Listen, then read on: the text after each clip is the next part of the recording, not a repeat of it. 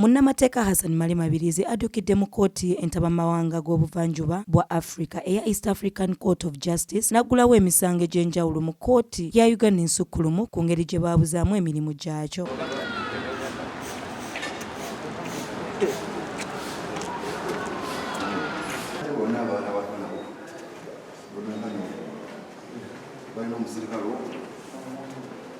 Mu misango Mabirizi gy'avudde ku Kooti Ensukulumu mulimu enneeyisa y'abalamuzi mu musango gwa Honorable Kyagulanyi gwe yawawaabira Museveni mu ngeri abalamuzi gye beeyisaamu, omwali okuwamba fayiro y'omulamuzi Esther Kisakye, okuggala Kooti ssaako n'okulemererwa okuwa ensala yaabwe mu buwandiike. Ntaddeyo empaaba empanvu mu nsonga ziyawanga agulemeramu naye n'okumpa ensala emenya amateeka.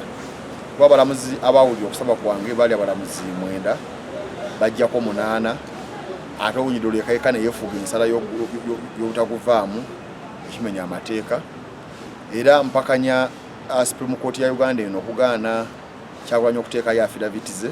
Bafayiro ya Kisakye, poliisi, owunyidde oluyagala Kooti ya East Africa naggala buli kimu kyonna ekyali wano nakati sifunanga nsala yange yaki ey'okuva mu musango, ebyo byonna byonna biwawaabidde. Mu misango emirala kwe kuli n'ogw'omugenzi Bob Kasango mwe yawakanyiza ssentebe w'akakiiko k'ebyokulonda Simon Byabakama, Ssaabawaabi wa gavumenti omulamuzi Jane Frances Abodo okuba nga baaweebwa emirimu ate nga bakyali mu kitongole ekinamuzi. Okugula Facebook, Museveni yaggala social media zonna waayitayo ebbanga n'azigula n'agamba Facebook aganye ogigula lwansonga mbu yaganda simanyi okuyimbula abantu.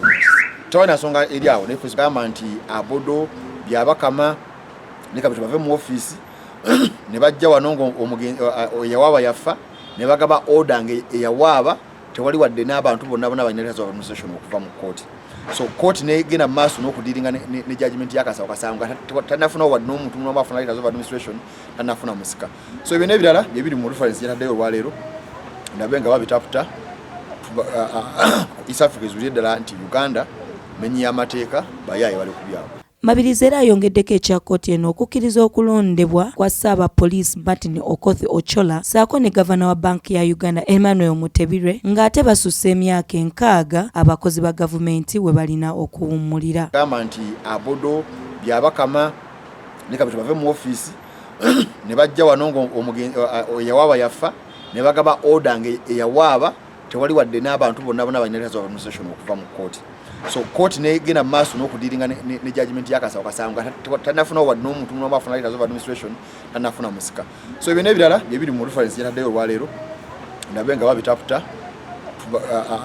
East Africa ezuulire ddala nti Uganda menyi y'amateeka bayaaye bali ku byabo. Mabirizi ategeezezza nti empaaba ya leero terina weekwataganira na kuwaaba kwe yatwala mu kakiiko ak'ekitongole ekiramuzi ekya Judicial Service Commission kubanga wali yabaloopanga bantu so nga wano awawaabira Uganda. Ku nneeyisa yaabwe wano mbavunana ku lwa Uganda because balina ebiti bibiri abalamuzi abo.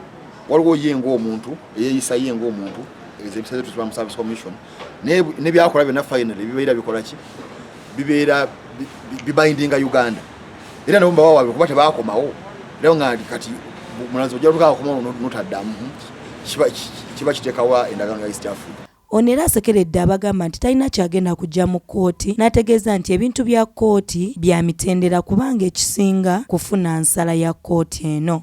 It's a judicial body era ino obuyinza bwonna obusala ekintu kyonna kyeyagala okusala. Kakati Buganda ino obuyinza obulina okubisazaamu. Kati kyemmanya abantu abamu balina ekibugo ku mutwe kibagamba naye abasajja nga bamaanyi nnyo basobola osazibwamu eyo si ensonga bamaanyi nnyo kubanga bakwata bujiga era ng'omufere bwakusanga naakufera oba olowooza akumazeeyo. Kakati yes bamaanyi nnyo naye amateeka gagamba ki, that's the point.